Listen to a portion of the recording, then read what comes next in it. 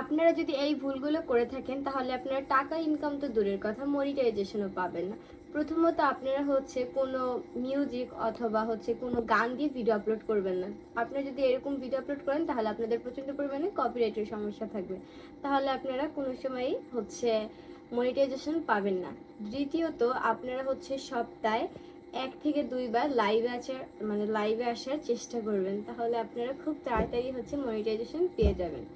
তারপর আপনারা প্রতিদিন 2 থেকে 3টা ভিডিও আপলোড করবেন, তাহলে আপনাদের ফেসবুকটা কোনো সময় ডাউন থাকবে না, সচল থাকবে, বুঝছেন। তারপর আপনারা যদি এইরকম মেনে ভিডিও ফেসবুকে আপলোড করেন বা সব সতর্কতা মেনে চলেন, তাহলে আপনারা খুব তাড়াতাড়ি মনিটাইজেশন পেয়ে যাবেন। আর আপনাদের যদি ফেসবুক সম্পর্কে কিছু জানার আগ্রহী থাকেন তাহলে আমাকে কমেন্ট বক্সে বলে যাবেন, আমি আপনাদের নির্ভুল তথ্য দেওয়ার চেষ্টা করব। সবাই ভালো থাকবেন, নমস্কার।